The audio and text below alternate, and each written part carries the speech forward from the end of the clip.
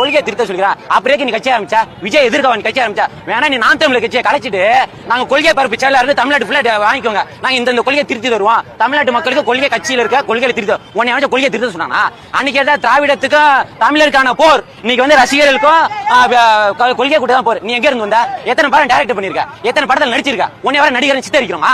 நாங்க உங்களை பத்தி எதுவும் பேசுறோமா? போற பக்கத்துல அணில் அவ எங்க பேச்சாரு அடுத்த மைக்க எடுத்து பேசுற அணில் கொஞ்சம் அணில் இந்த அணில வச்சுதான் நீ 8% ஓட்டு வாங்கினா. அதை மறந்துடாதீங்க. என்னைக்கும் நாங்க எதிர்க்கிறது நாங்க நோக்கமே கிடையாது. நாங்க பட்டே மக்கள் பணி செய்யறதுக்கு எங்க தளபதியை கொண்டு வரோம். உனக்கு ஓட்டு வருதா வரல, உனக்கு அந்த மக்கள் பணி இருக்குல்ல, நீ அதை பத்தி பேச வேண்டியதான். எதுக்கு தளபதி பத்தி பேசணும்? அவர் என்ன பண்ணிட்டு போறாரு? சனிக்கிழமை வர ஞாயிற்றுக்கிழமை மாதிரி என்ன வராரு? எங்களை பார்க்க வராரு. நாங்க இளைஞர் படை இருக்கோம் அவருக்கு பின்னாடி. நாங்க தான் அவர் ஓட்டு போட போறோம். நாங்க ஜெயிக்க வைக்க போறோம். உனக்கு என்ன பிரச்சனை? உனி உங்க மக்களை தட்டிட்டு போன ஒரு இது வரைக்கும் நாங்க விக்கிர பண்ணி மதுரை மாநாடுல 100 கேபினாச்சும் போட்டுப்பாங்க. ஒரு கேபில 5000 பேச்சா நீ வரைக்கும் நாம் தமிழர் கூட்டம் சேர்ந்திருக்கா? ஒரு கூட்டம் மட்டும் 1000 பேருக்கு மேல கூட்டம் வராதுன்னா அவர் 36 லட்சம் ஓட்டுங்கிறாரு. நாங்க வெறும் ஒரு மாநாட்டுக்கு இத்தனை லட்சம் பேர் கூட்டியிருக்கோம். எத்தனை லட்சம் பேர் ஓட்டு வருவான்? ஜெயிக்கிற அடுத்த விஷயம் எங்க தளபதிக்காக கூட நிற்போம். 2026 எங்க தளபதி பின்னாடி தான் நிற்போம். அதுக்கு பின்னாடி நாங்க வாழ்வா சாவா எங்க இளைஞர் படை எல்லாமே எங்க தளபதி பின்னாடி தான்.